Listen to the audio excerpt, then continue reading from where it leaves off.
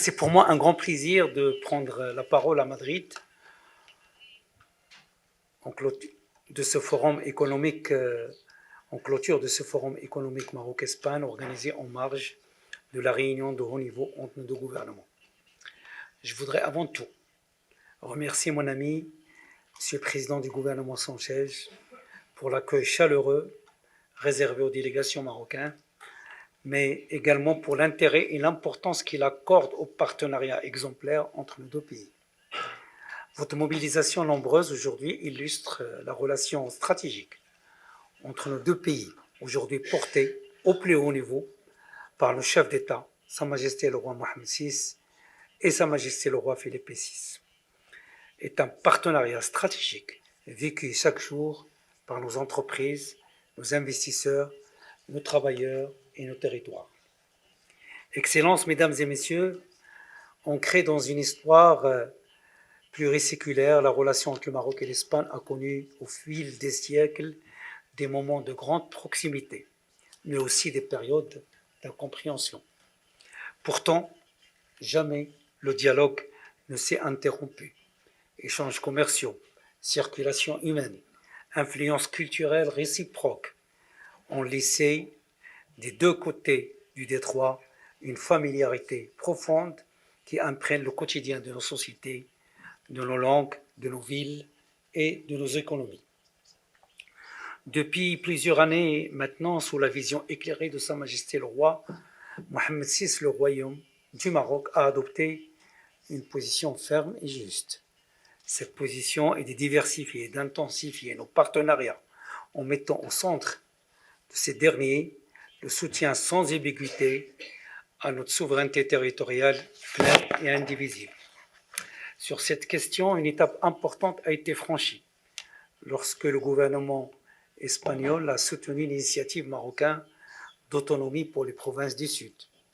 Cette clarification politique, confirmée par un nombre croissant de partenaires, est désormais consacrée dans le droit international par la résolution 2797 du 31 octobre 2025 du Conseil de la sécurité des Nations Unies. Une décision qui libère les énergies de nos États et de nos entreprises pour déculper un partenariat déjà extrêmement solide. Excellences, mesdames et messieurs, la solidité de nos relations s'exprime en chiffres concrets. Nous ne sommes pas des simples voisins. Chacun est pour l'autre un partenaire et un marché stratégique. L'Espagne est aujourd'hui le premier partenaire commercial du Maroc comme fournisseur et comme client. Dans l'autre sens, le Maroc est devenu l'un des principaux clients et fournisseurs de l'Espagne. Nous sommes le troisième hors Union européenne et premier client et premier fournisseur de l'Espagne sur l'ensemble du continent africain.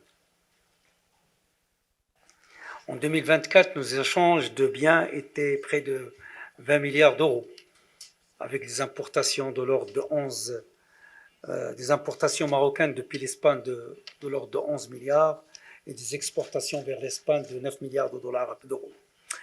Derrière ces chiffres, bien sûr, il y a des camions qui traversent vos ports, il y a des usines qui tournent en Andalousie, en Catalogne, au Pays Basque, ailleurs, des emplois dans la logistique, l'énergie, l'automobile et l'agro-industrie.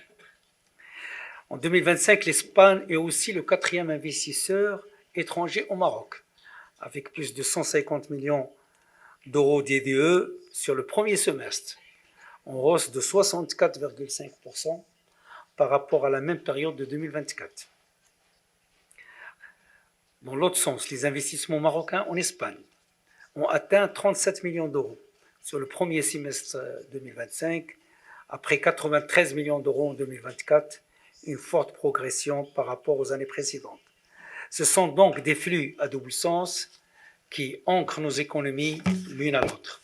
Quelques 800 entreprises espagnoles sont déjà implantées au Maroc. Environ 17 000 entreprises espagnoles entretiennent des relations commerciales régulières avec le Maroc. De même, près de 12 000 entreprises marocaines entretiennent des relations économiques avec l'Espagne. Parmi ces entreprises figurent désormais plusieurs acteurs espagnols engagés aux côtés du Maroc dans les technologies d'avenir qui ont été sélectionnées dans le cadre de l'OFF Maroc pour développer des projets majeurs d'hydrogène vert et d'ammoniac vert. Ceci illustre très concrètement que l'Espagne est un investisseur clé dans les chaînes de valeur industrielles décarbonées qui se construisent au Maroc au bénéfice des entreprises et des travailleurs des deux rives. Cette réalité économique se voit aussi dans le tourisme. En octobre 2025, le Maroc compte près de 3,8 millions d'arrivées provenant de l'Espagne. Ces chiffres dessinent une trajectoire. Ils témoignent d'une dynamique profonde, appelée à se poursuivre dans la durée. Au-delà des cycles économiques, la relation entre nos deux pays est structurelle. Elle s'enracine dans les intérêts de nos sociétés, de nos entreprises et de nos citoyens. C'est les porter au plus haut niveau par la vision du dialogue constant entre Sa Majesté le roi Mohammed VI et Sa Majesté le roi Philippe VI. C'est cette continuité qui s'affirme au-dessus du temps conjoncturel et qui donne à notre partenariat sa solidité et sa portée stratégique.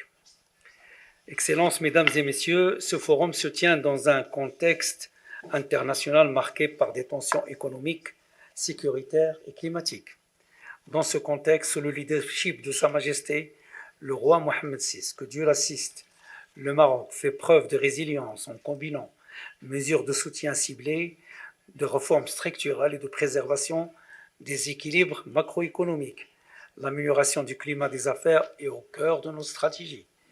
Dans ce sens, le gouvernement s'est engagé sur une réforme fiscale pour plus de lisibilité et de compétitivité, une meilleure mobilisation du foncier économique et l'effectivité de la déconcentration administrative et la simplification par la digitalisation et la réforme du décret sur les marchés publics et les délais de paiement. Avec la nouvelle charte d'investissement adoptée en 2023, le Maroc offre désormais aussi un cadre lisible, prévisible, incitatif pour les investisseurs nationaux, étrangers, grands groupes comme PME, avec des dispositifs de soutien ciblés sur des secteurs à forte valeur ajoutée, exportation, l'emploi et le développement du territoire. Le 11 novembre dernier, le gouvernement a lancé un dispositif national spécifique aux très petites et moyennes entreprises. Ce cadre s'adresse aussi pleinement aux TPE, PME étrangères. Une entreprise espagnole, même de taille modeste, peut désormais bénéficier d'encouragement au même titre que les grands groupes pour investir au Maroc. Notre ambition n'est donc pas seulement d'attirer quelques grands noms, mais d'ouvrir la porte à l'ensemble du tissu entrepreneurial espagnol afin que vos PME contribuent à l'essor de nos différents écosystèmes industriels dans le cadre du partenariat mutuellement bénéfique. Le Maroc, vous le savez, sa sortie du processus de surveillé du renforcé du GAFI en février 2023, rapidement suivi de son retrait de la liste des pays tiers à haut risque de l'Union européenne, a constitué un double signal fort pour les investisseurs étrangers. Conjugué au retour en 2025 du Maroc au statut d'investment grade auprès du Standard & Poor's, cet ensemble renforce puissamment l'attractivité du Royaume comme plateforme d'investisseurs en Afrique. Je voudrais maintenant me projeter avec vous vers l'avenir et partager des convictions qui, à mes yeux, donnent tout son sens au partenariat économique Maroc-Espagne. D'abord la Coupe du Monde 2030, organisée par le Maroc, l'Espagne et le Portugal, est bien plus qu'un événement sportif. C'est un catalyseur d'investissement, un révélateur que nous pouvons accomplir ensemble. L'attribution officielle du Mondial 2030 à notre trio place notre partenariat dans une perspective d'investissement massif, infrastructures de transport, équipements sportifs, capacités hôtelières et touristiques, solutions numériques, sécurité, images, ainsi de suite. Les patrons de nos trois pays, j'ai cru comprendre tout à l'heure, Maroc, Espagne et Portugal, ont déjà franchi le pas parce qu'ils vont se voir très bientôt avec un comité conjoint dédié à la Coupe du Monde 2030. Ensuite, la complémentarité Espagne-Maroc est évidente. L'Espagne est une puissance européenne de l'énergie renouvelable et une plateforme industrielle majeure.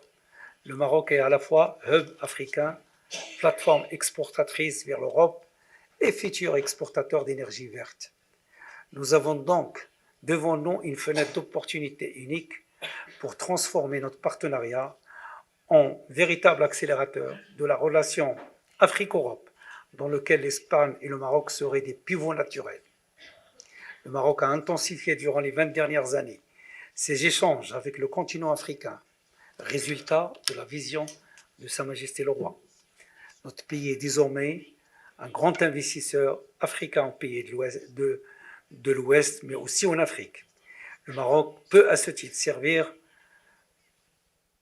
de trait d'union pour vos entreprises dans les pays frères qui entretiennent des relations diplomatiques, politiques, commerciales profondes.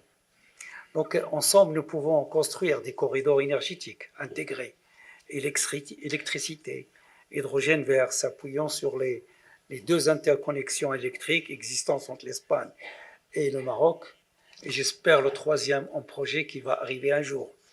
Les corridors logistiques atlantiques, Méditerranée, connectant les ports marocains et espagnols, nos chemins de fer et nos routes.